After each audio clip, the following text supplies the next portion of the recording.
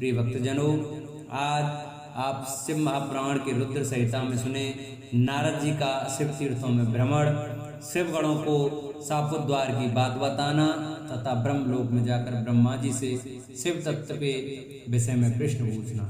इस कथा का वर्णन करेंगे तो सभी भक्तजन हमारी शिव महापुराण की कथा को बड़े श्रद्धा भाव और प्रसन्नचित मन से सुने। आइए भक्तों, कथा को प्रारंभ करते हैं। सूत जी कहते हैं, महर्षियों, भगवान श्री हरि के अंतर्ध्यान हो जाने पर मुनि श्रेष्ठ नारद शिवलिंगों का भक्ति पूर्वक दर्शन करते हुए पृथ्वी पर विचरने लगे। ब्राह्मणों भूमंडल पर घूम फिरकर उन्होंने भोग और मोक्ष देने वाले बहुत से शिवलिंगों को प्रेम पूर्वक दर्शन किया। दिव्यदर्शी नारद जी भूतल के तीर्थों में विचर रहे हैं और इस समय उनका चित्त शुद्ध है। यह जानकर वे दोनों शिवगण उनके पास गए। वे उनके दिए हुए शाप से उद्धार की इच्छा रखकर वहां गए थे।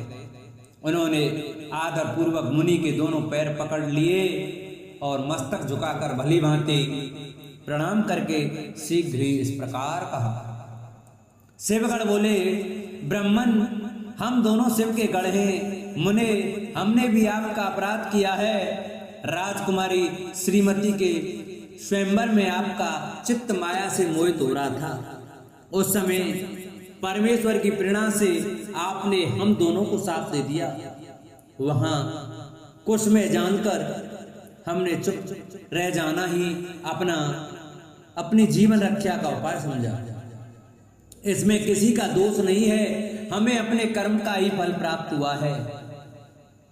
प्रभु, अब आप प्रसन्न होइए और हम दोनों पर अनुग्रह कीजिए।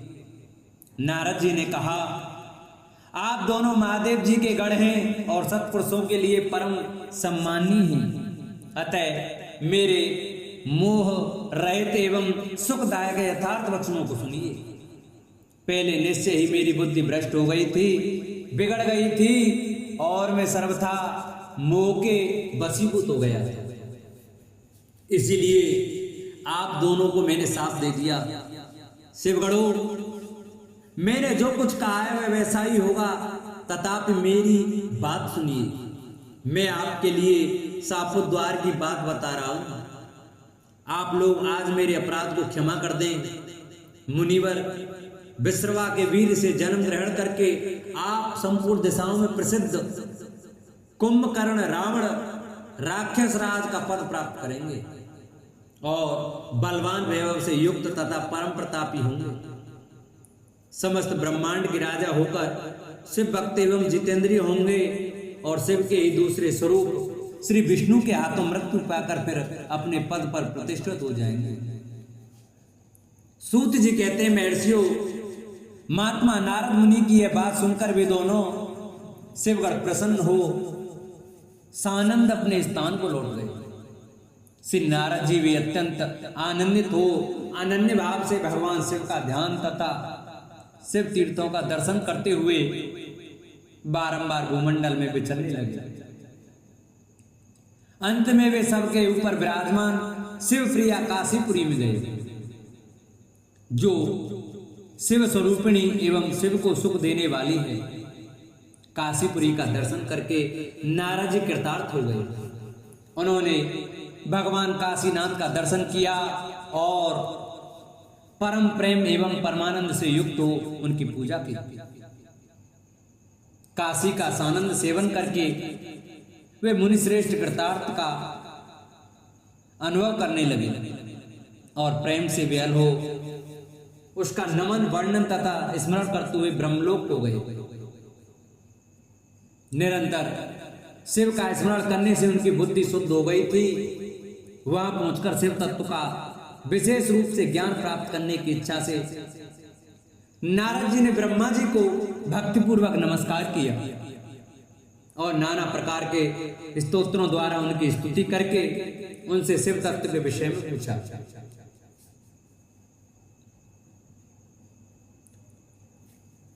उस समय नारद जी का हृदय भगवान शंकर के प्रति भक्ति भावना से भरपूर था। नारद जी बोले, स्वरूप को, हे ब्रह्मन, पर ब्रह्मा परमात्मा के स्वरूप को जानने वाले पितामह, जगत प्रभु, आपके कृपा प्रसाद से मैंने भगवान विष्णु के उत्तम महात्म का पूर्णतः ज्ञान प्राप्त किया है।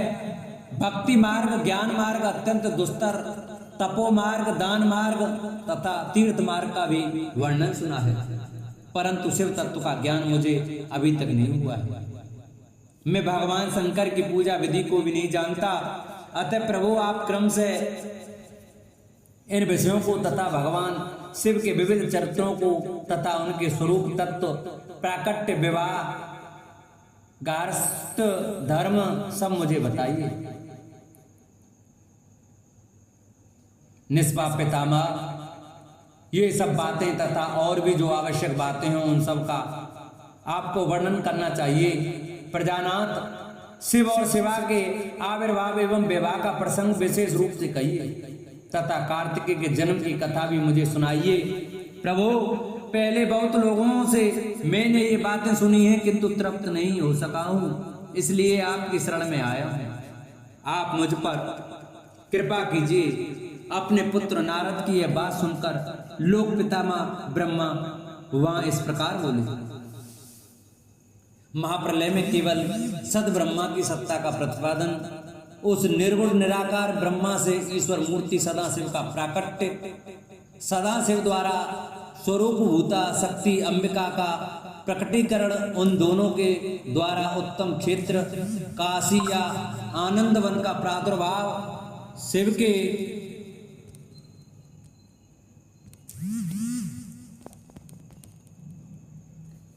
वामांग से परम पुरुष विष्णु का आविर्भाव तथा उनके सकाश से प्राकृत तत्वों की क्रम से उत्पत्ति का वर्णन। ब्रह्मा जी ने कहा, ब्रह्मन, देव श्रोमणी, तुम सदा समस्त जगत के उपकार में ही लगे रहते हो। तुमने लोगों के हित की कामना से बहुत उत्तम बात पूछी, जिसके सुनने से संपूर्ण लोगों के समस्त पापों का क्षय हो जाता है। उस अनामय शिव तत्व का मैं तुमसे वर्णन करता हूं। शिव तत्व का स्वरूप बड़ा ही उत्कृष्ट और अद्भुत है। जिस समय समस्त चराचर जगत नष्ट हो गया था, सर्वत्र केवल अंधकार ही अंधकार था। न सूर्य दिखाई देते थे, न चंद्रमा, अन्य ग्रहों और नक्षत्रों का भी पता नहीं था। न दिन होता था न रात। अग्नि, पृथ्वी, वायु और जल की भी सत्ता नहीं थी। प्रधान तत्व अव्याकृत प्रकृति से रहित सूना आकाश मात्र शेष था। दूसरे किसी तेज की उपलब्धि नहीं होती थी। अदृष्ट आदि का भी अस्तित्व नहीं था। शब्द और स्पर्श भी साथ छोड़ चुके थे।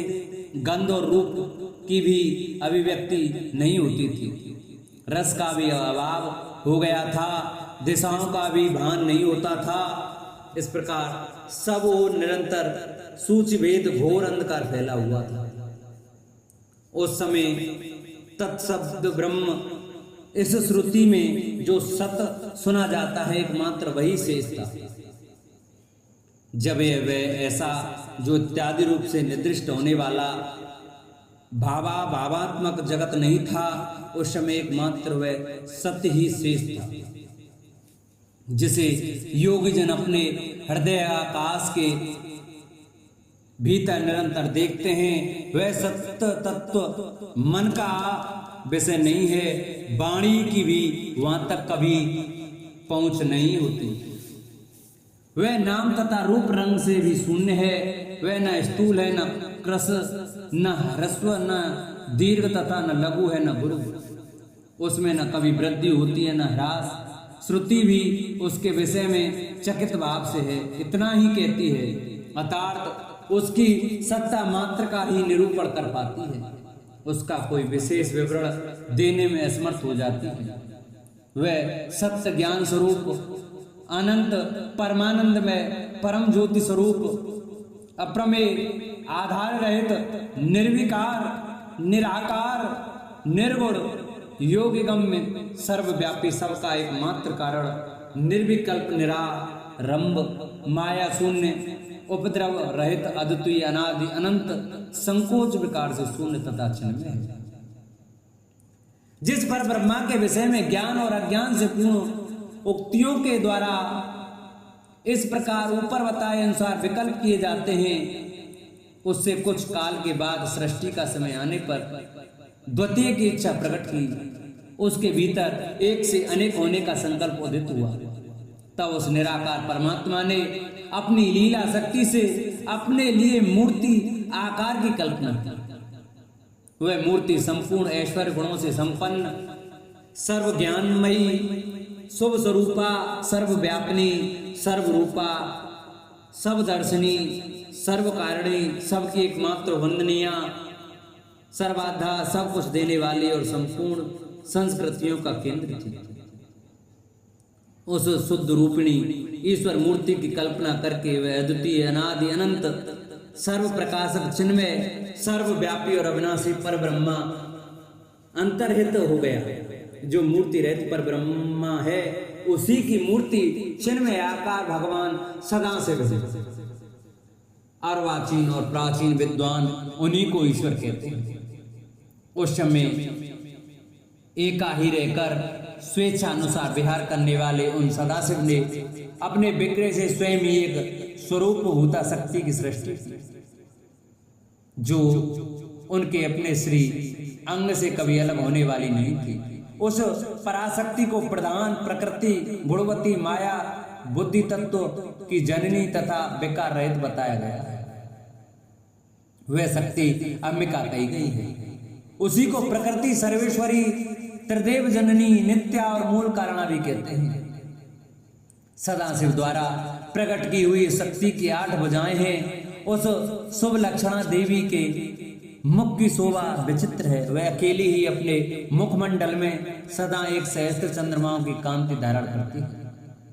नाना प्रकार के आभूषण उसके श्री अंगों की शोभा बढ़ाते हैं। वह देवी नाना प्रकार की गतियों से संपन्न है और अनेक प्रकार के अस्त्र शस्त्र धारण करती है।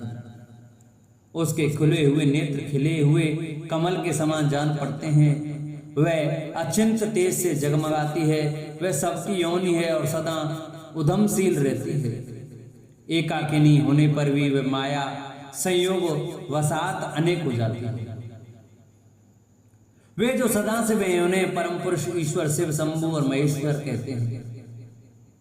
वे अपने मस्तक पर आकाश गंगा को धारण करते हैं। उनके भाल देश में चंद्रमा शोभा पाते हैं। उनके 5 मुख हैं और प्रत्येक मुख में 3-3 नेत्र हैं। उनका चित्त सदा प्रसन्न रहता है। वे 10 भुजाओं से युक्त और त्रिशूलधारी हैं। उनके श्री अंगों की प्रभा कर्पूर के समान श्वेत गौर है। वे अपने सारे अंगों में भस्म रमाए रहते हैं। उन काल रूपी ब्रह्मा ने एक ही समय शक्ति के नाथ शिवलोक नामक क्षेत्र का निर्माण किया था। उस उत्तम क्षेत्र को ही काशी कहते हैं। वह परम निर्माण या मुख्य का स्थान है जो सबके ऊपर विराजमान है। वे प्रिया प्रियतम रूप शक्ति और शिव जो परमानंद स्वरूप है, उस मनोरम क्षेत्र में नित्य निवास करते हैं। काशीपुरी परमानंद रूपिणी है। मुनि शिव और शिवा ने प्रलय काल में भी कभी उस क्षेत्र को अपने सानिध्य से मुक्त नहीं किया है। इसलिए विद्वान पुरुष उसे अभिमुक्त क्षेत्र के नाम से भी जानते हैं। वह क्षेत्र आनंद का हेतु है। इसलिए पिनाकधारी शिव ने पहले उसका नाम आनंद वन रखा था। उसके बाद वह अभिमुक्त के नाम से प्रसिद्ध हुआ। देवर्षि एक समय उस आनंद वन में रमण करते हुए शिवा और शिव के मन में यह इच्छा हुई कि किसी दूसरे पुरुष की भी सृष्टि करनी चाहिए, जिस पर यह सृष्टि संचालन का महान भार रखकर हम दोनों केवल काशी में रहकर इच्छानुसार विचरे और निर्माण धारण करें। वही पुरुष हमारे अनुग्रह से सदा सबकी सृष्टि करे, पालन करे और वही अंत में सबका सहारा भी करे। यह चित्त एक समुद्र के समान है। इसमें चिंता की उत्ताल तरंगें उठ-उठकर इसे चंचल बनाए रहती हैं। इसमें सत्वगुण रूपी रत्न, तमोगुण रूपी ग्राह और रजोगुण रूपी मूंगे भरे हुए हैं।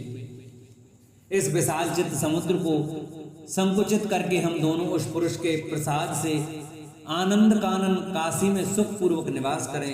ये आनंद वन वह स्थान है जहाँ हमारी मनोवृत्ति सब ओर से सिमट कर इसी में लगी हुई है, तथा जिसके बाहर का जगत चिंता से आतुर प्रतीत होता है, ऐसा निश्चय करके शक्ति सहित सर्वव्यापी परमेश्वर शिव ने अपने वाम भाग के 10वें अंग पर अमृत मल दिया।